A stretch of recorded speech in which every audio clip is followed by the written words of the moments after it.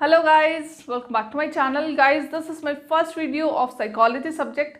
Guys psychology subject की ये मेरी फर्स्ट वीडियो है। आज से इस चैनल पे आपको इंग्लिश के लेक्चर्स के साथ साथ साइकोलॉजी के लेक्चर्स भी देखने को मिलेंगे। तो अगर आपने अभी तक मेरे चैनल को सब्सक्राइब नहीं किया है देन प्लीज सब्सक्राइब इट। तो आज इस वीडियो में हम पढ़ने वाले हैं डिटर्मिनेंट्स ऑफ प्रीनेटल डेवलपमेंट कि प्रीनेटल डेवलपमेंट की क्या क्या डिटर्मिनेंट्स होंगे। तो चलिए गाइस फटाफट स्टार्ट करते हैं।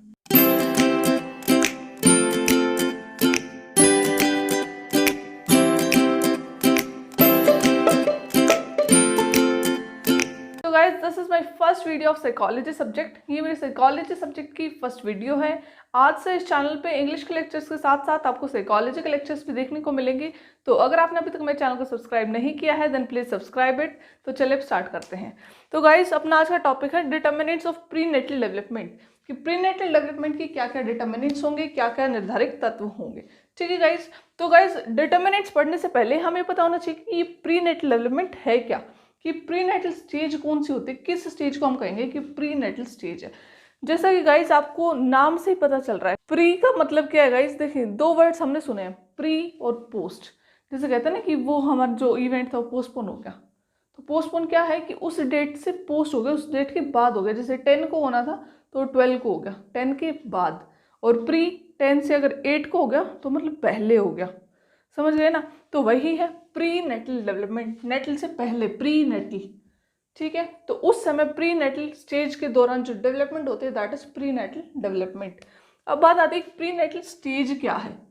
तो period from conception to birth is called prenatal stage.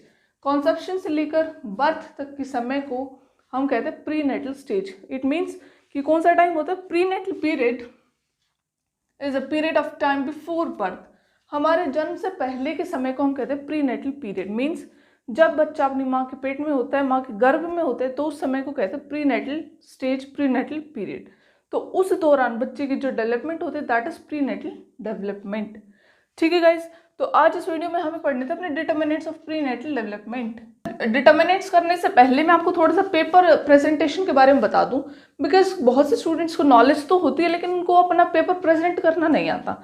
तो जैसे वो फटाफट खिचड़ी पिचड़ी बना देते हैं तो उससे मार्क्स नहीं आते। हम जितना अपने चेक करो, जो हमारा एग्जामिनर है जो हमारे पेपर चेक कर रहा है, हम उसको जितना कंफर्ट जोन में रखेंगे उतने ही हमारे अच्छे मार्क्स आएंगे। तो पेपर प्रेजेंटेशन क्या है कि हम जो लिख रहे हैं उसको अच्छे से प्रेजेंट करें।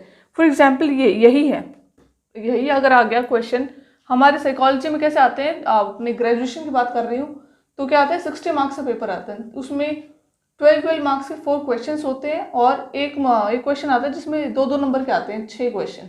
ठीक है। तो अगर 12 मार्क्स वाले क्वेश्चन की बात करें तो उसको अच्छे से प्रेजेंट कैसे करेंगे कि भाई चलो यही क्वेश्चन आ गया डिटर्मिनेंट्स ऑफ प्रीनेटल डेवलपमेंट। वैसे तो गाइस मैं इसका टॉपिक समझा रही थी, ये वैसी वीडियो हो जाएगी पेपर प्रेजेंटेशन से रिलेटेड, पर चलो मोटा मोटा बता देती हूँ। डिटर्मिनेंट्स ऑफ प्रीनेटल डेवलपमेंट ये आ गया। तो इसमें सबसे पहले हम अपना सीधा ये स्टार्ट नहीं करेंगे कि भाई डिटर्मिनेंट्स ऑफ प्रीनेटल डेवलपमेंट पूछ रखा है, सीधा बता दो कि फर्स्ट ये है, सेकंड ये है, थर्ड ये, फोर्थ ये, ऐसे नहीं बताएंगे। सबसे पहले क्या करेंगे, साइकोलॉजी का टॉपिक है तो पहले साइकोलॉजी की डेफिनेशन डाल दो, मीनिंग डाल दो। ठीक है। वो डाल देना कि psychology is study of human mind and human behaviour. ठीक है। उसके बाद प्रीनेटल है क्या, प्रीनेटल स्टेज है क्या, फिर बताएंगे प्रीनेटल पीरियड क्या है, फिर ये बता देना कि प्रीनेटल डेवलपमेंट क्या है। मीन्स इस स्टेज के दौरान होने वाली डेवलपमेंट को हम प्रीनेटल डेवलपमेंट कहते हैं। इतना हो गया। थोड़ी सी कहते हैं ना, थोड़ी सी भूमिका तैयार कर दी हमने अपने क्वेश्चन की। उसके बाद अपने मेन टॉपिक के ऊपर आओ कि भाई determinants of prenatal development. And guys अपना है ना, कोशिश किया करो कि हर क्वेश्चन में एक ये थोड़ा सा फ्लो चार्ट टाइप सा, या फिर किसी की ड्राइंग अच्छी हो तो वो और भी कोई डायग्राम बना सकते हैं, और अदरवाइज और किसी अच्छी नहीं हो ना मेरी तरह तो ऐसा कुछ बना दो, ये फ्लो चार्ट ऐसे। ठीक है। क्योंकि गाइज मेरी भी प्रोफेसर ने बताया था मुझे कि अगर हम ऐसे फ्लो चार्ट बनाते हैं तो एक अच्छा इंप्रेशन पड़ता है, बहुत अच्छा लगता है। ठीक है। तो इस तरीके से आप बना सकते हैं। तो अब आता है और एक और मेन बात, जो हमारे स्टूडेंट्स के अंदर हमारी मेंटेलिटी होती है ना कि भाई ज़्यादा से ज़्यादा पेज भरेंगे तो इससे हमारा पेज भी भर जाएगा। ठीक है। तो इसलिए तो क्या था हमारे डिटर्मिनेंट्स ऑफ प्रीनेटल डेवलपमेंट, फिर ऐसा बना दो। उसके बाद इतना बना दिया, फिर उसके बाद अपना ब्लैक, उसमें केवल 2 ही पेन का यूज़ करना है, ब्लैक और ब्लू। रेड पेन को हम अपने एग्जाम में यूज़ नहीं कर सकते, स्टूडेंट्स को अलाउ नहीं होता ये। तो फिर इसमें हम ब्लैक से हेडिंग डालेंगे मदर्स हेल्थ, फिर ब्लू से इसको एक्सप्लेन करेंगे, right. Now come to the topic. क्या था determinants of prenatal development. पहले मैं आपको थोड़ा मोटा मोटा बताती हूँ, देन लाइन बाय लाइन करेंगे इनको, ठीक है। First is mother's health. Guys कौन कौन से ऐसे तत्व होंगे जो उसको अफेक्ट करेंगे प्री नेटल डेवलपमेंट को। मतलब जैसे क्या कहते हैं कि भाई जब बच्चा माँ के पेट में होता है तो उसको कौन कौन सी चीज़ें अफेक्ट करेंगी। भाई मदर की हेल्थ, मदर की अगर हेल्थ अच्छी होगी तो बच्चे की भी हेल्थ अच्छी होगी, उसके अंदर उसके ऊपर एक पॉजिटिव इफेक्ट पड़ेगा। उसके बाद मदर की डाइट, मदर अगर अच्छी डाइट लेगी, बैलेंस डाइट लेगी तो बच्चा भी हेल्दी होगा। Emotional behaviour of the mother, mother अगर खुश है अपने बच्चे को लेके तो बच्चा भी खुशनुमा पैदा होगा। नंबर ऑफ प्रीनेटल फीटस, कि भाई पेट में कई बार ट्विंस होते हैं ना, तो वो भी बहुत ज़्यादा अफेक्ट करते हैं, बिकॉज लिमिटेड स्पेस होता है मदर के स्टमक में, तो उसके लिए दो को एडजस्ट करना पड़ता है एक की ही स्पेस में। एज ऑफ पेरेंट्स, पेरेंट्स की एज क्या है वो भी बहुत ज़्यादा मैटर करती है। Intake of alcohol, cocaine and tobacco, अगर माँ उन 9 महीनों के दौरान क्या कहते हैं एल्कोहल, कोकेन, टबैको का सेवन करती है तो इसका बहुत ज़्यादा बुरा इफेक्ट होता है बच्चे के ऊपर। इन्फेक्शंस, अगर मदर को कोई किसी भी प्रकार का इन्फेक्शन है तो वो बच्चे को भी होने के बहुत ज़्यादा चांसेस होते हैं। Sorry. Attitude of mother and father, mother और फादर का एटीट्यूड अपने बच्चे के प्रति कैसा है, क्या वो ऑप्टिमिस्टिक हैं, क्या वो पॉजिटिव हैं, तो ये सब बहुत ज़्यादा मैटर करता है। तो चलिए गाइज अब करते हैं इसको डिटेल में। Let's discuss these determinants in detail, right. तो चलिए फर्स्ट स्टार्ट करते हैं, दैट इज मदर्स हेल्थ, कि भाई मदर की health. The most important impact on the development of the foetus is the health of the mother, कि भाई foetus क्या है गाइस, वही 0 to 9 मंथ के बच्चे को हम कहते हैं फीटस, ठीक है। तो उसके ऊपर सबसे ज़्यादा अफेक्ट किस चीज़ का पड़ता है, मदर की हेल्थ का। अगर मदर हेल्दी है तो बच्चा भी हेल्दी होगा, अगर मदर को किसी भी प्रकार की कोई भी बीमारी है तो बच्चे को भी होने के चांसेस हैं, ठीक है। Various types of diseases found in pregnant mothers have an impact on the development of the foetus. बहुत से ऐसे डिजीज हैं गाइस जो अगर मदर को हो जाती हैं तो डेफिनेटली बच्चे को होंगी ही होंगी, ठीक है। तो मदर को हेल्दी रहना चाहिए, ठीक है। आप मदर को अपनी हेल्थ का ख्याल रखना चाहिए during pregnancy. Next is mother's diet, mother की diet. The development of the child occurs at a very rapid pace during the prenatal stage. Prenatal stage के दौरान बच्चे की डेवलपमेंट बहुत ज़्यादा जैसे तेज गति से होती है। एट दिस स्टेज, इस स्टेज पे the mother's food should contain all the elements that are necessary for the development of the foetus. Foetus के डेवलपमेंट के लिए जिन जिन एलिमेंट्स की ज़रूरत होती है, जिन जिन चीज़ों की ज़रूरत होती है, वो सभी चीज़ें उसके मदर के खाने में होनी चाहिए, जैसे such as proteins, fats and guys यहाँ पे पहले मुझे बताओ आगे बढ़ने से पहले ये क्या लिखा हुआ है गाइज। बहुत से लोग इसे विटामिन पढ़ते हैं। एज एन इंग्लिश एडुकेटर मैं यहाँ पे थोड़ा सा ऐड करना चाहूँगी कि ये विटामिन नहीं है guys, that is vitamin, vitamin, ठीक है, विटामिन नहीं, ठीक है। विटामिन गलत प्रोनाउंसिएशन है, वाइटामिन इज करेक्ट, ठीक है। तो कहाँ थे हम, चलो इनकी बात कर रहे थे नेसेसरी एलिमेंट्स की, such as proteins, fats, vitamins, carbohydrates, minerals, salts etcetera, ठीक है। तो ये सभी चीज़ें मदर के खाने में होनी चाहिए ताकि वो उसकी बैलेंस डाइट प्रॉपर बन सके, ठीक है। If a pregnant women does not take a balance diet in sufficient quantity, many of disorders can arise in the foetus. अगर प्रेग्नेंट वुमेन सफिशिएंट क्वांटिटी में बैलेंस डाइट नहीं लेती है, सफिशिएंट मात्रा में बैलेंस डाइट का सेवन नहीं करती है, तो उससे बहुत सी बीमारियां फीटस को होने के चांसेस हो जाते हैं, such as lack of physical growth. भाई फिजिकल ग्रोथ प्रॉपर नहीं हो पाती, मेंटल डेवलपमेंट, उसका मानसिक जो उसका विकास है वो नहीं हो पाता, एंड मेंटल वीकनेस, उसके अंदर मेंटल वीकनेस आ जाती है due to lack of balance diet, ठीक है। Next emotional behaviour of the mother, mother का इमोशनल बिहेवियर गाइस ये भी बहुत ज़्यादा अफेक्ट करता है मदर का इमोशनल बिहेवियर। अगर मदर पॉजिटिव है, ऑप्टिमिस्टिक है, तो बच्चे के ऊपर इसका पॉजिटिव इफेक्ट पड़ेगा। अगर मदर बहुत ज़्यादा स्ट्रेस लेती है, नेगेटिव सोचती है, तो उसका नेगेटिव इफेक्ट पड़ेगा। पढ़ते हैं, the emotional behaviour of pregnant women has an important effect on the development of the foetus. In the early stages of pregnancy, pregnancy की अर्ली स्टेजेस में the emotional stress in a pregnant women is high, last for a long time, even then there can be serious effects on the development of the fetus. Guys, pregnancy की early stages में means starting के months में भी अगर mother बहुत ज़्यादा stress लेती है और नेगेटिव सोचती है तो उस चीज़ का, और अगर ये स्ट्रेस लंबे समय तक चलता है तो इस चीज़ का बहुत ज़्यादा बुरा इफेक्ट पड़ सकता है फीटस के ऊपर, सीरियस इफेक्ट। ठीक है, वो इफेक्ट किस तरीके का, that is physical and mental defects can arise.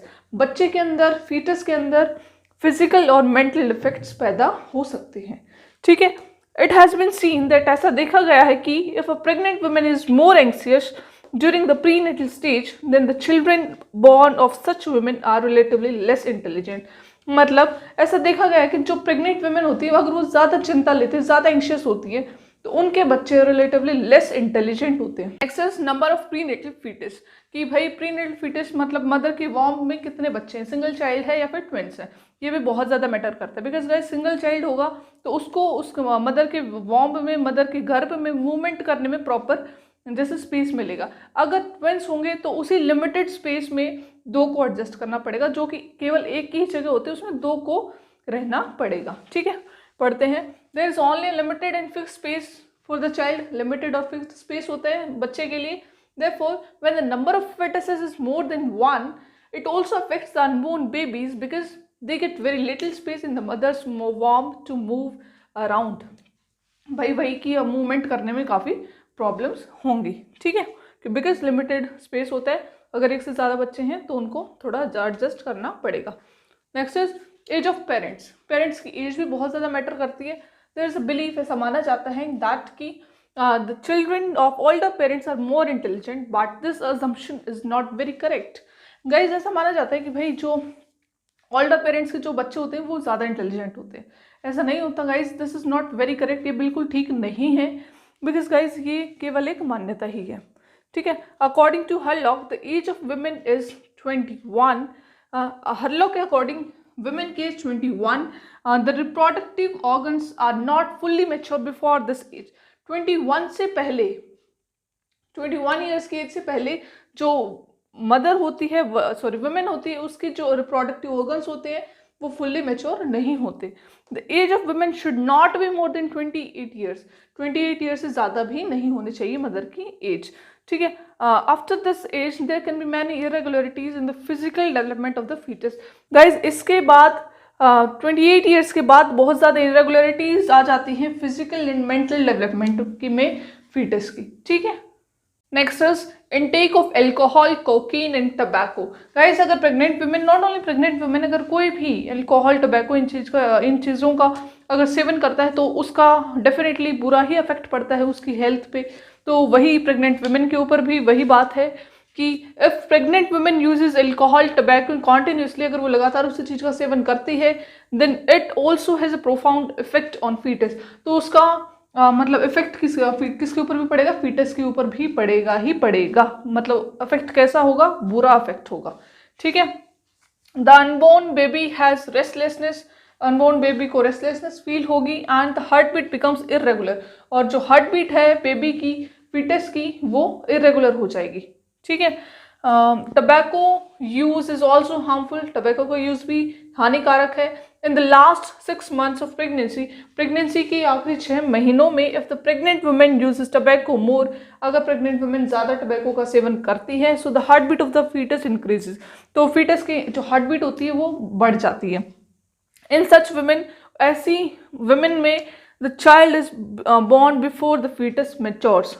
जैसे कहते हैं ना गाइज 9 months से पहले ही बहुत से बच्चों का जन्म हो जाता है, जैसे 7 months में, 6 months में। तो उसका एक मुख्य कारण ये भी रहता है कि भाई वो मदर्स इन चीज़ों का सेवन करती हैं, अल्कोहल, कोकेन एंड टबैको का जब ज़्यादा सेवन किया जाता है तो उस चीज़ से ये अफेक्ट होता है। जो बच्चा होता है, जो फीटस होता है, प्री मैच्योर होने से पहले ही वो जैसे उसका जन्म हो जाता है। ठीक है, एंड गाइज यहाँ पे थोड़ा सा इंग्लिश का बताऊँ अगर आपको, तो देखो बहुत से लोगों को इसमें कंफ्यूजन रहती है। ये साइको से अलग है गाइज, क्या लिख रही हूँ,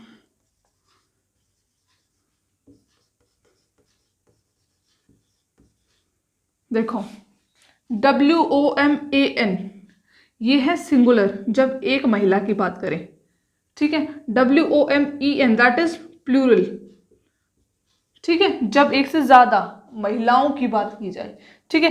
विमेन्स बहुत से लोग बोलते हैं